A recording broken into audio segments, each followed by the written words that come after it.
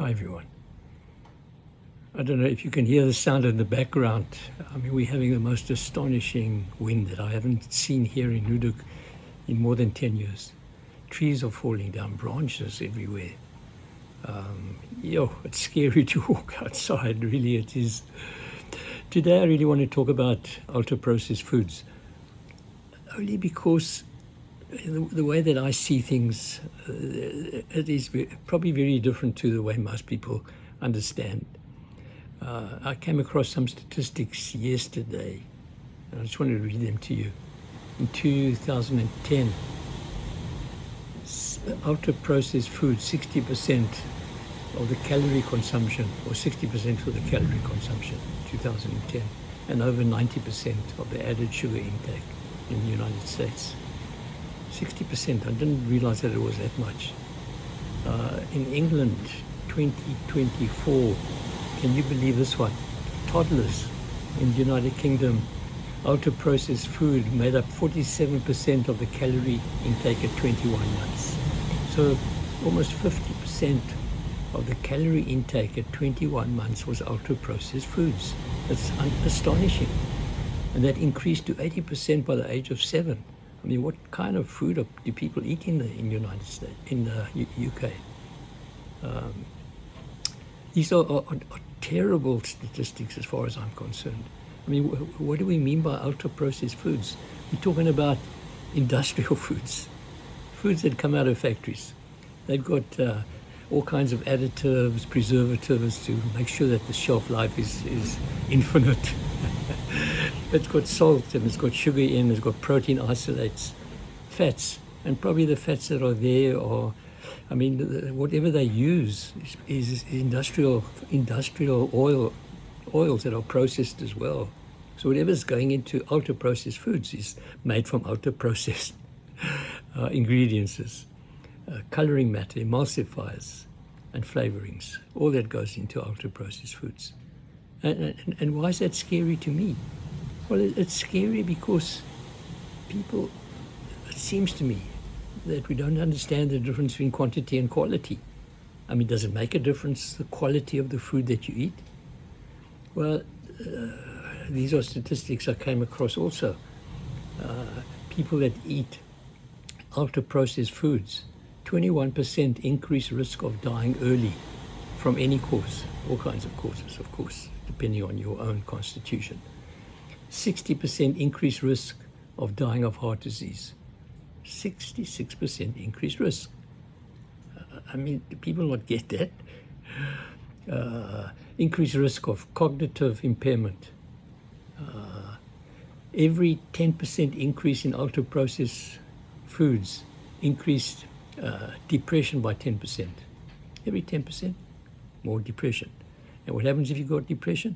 You get an antidepressant. Like that's going to solve the problem of your food intake. So food is not just a question of fats, proteins, and carbs. That's the story. I mean, it's like saying that the human being is nothing but their body and the chemistry. I mean, that's ridiculous to say that. Well, why do we think that food is any different? That there isn't a qualitative aspect to food that can't even be measured? I mean, all we can measure anyway with food is the minerals and the carbs and the fats and whatever that is, and you can see that on the label when you read your processed foods. It's got how much fat and how much carb is. But that's not all there is to food.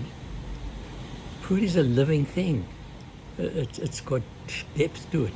It's not just a question of calories, actually. There's much deeper. When you eat good quality food, you can tell the difference. Processed food is cardboard. It's processed. It's industrial. It's made from industrial chemicals even added to it. So one has to be so careful. They're now trying to produce non-meat food that looks like meat for people that really want it. But it's processed, it's industrial, and it doesn't have depth, it doesn't have quality to it. So we need to be really, really careful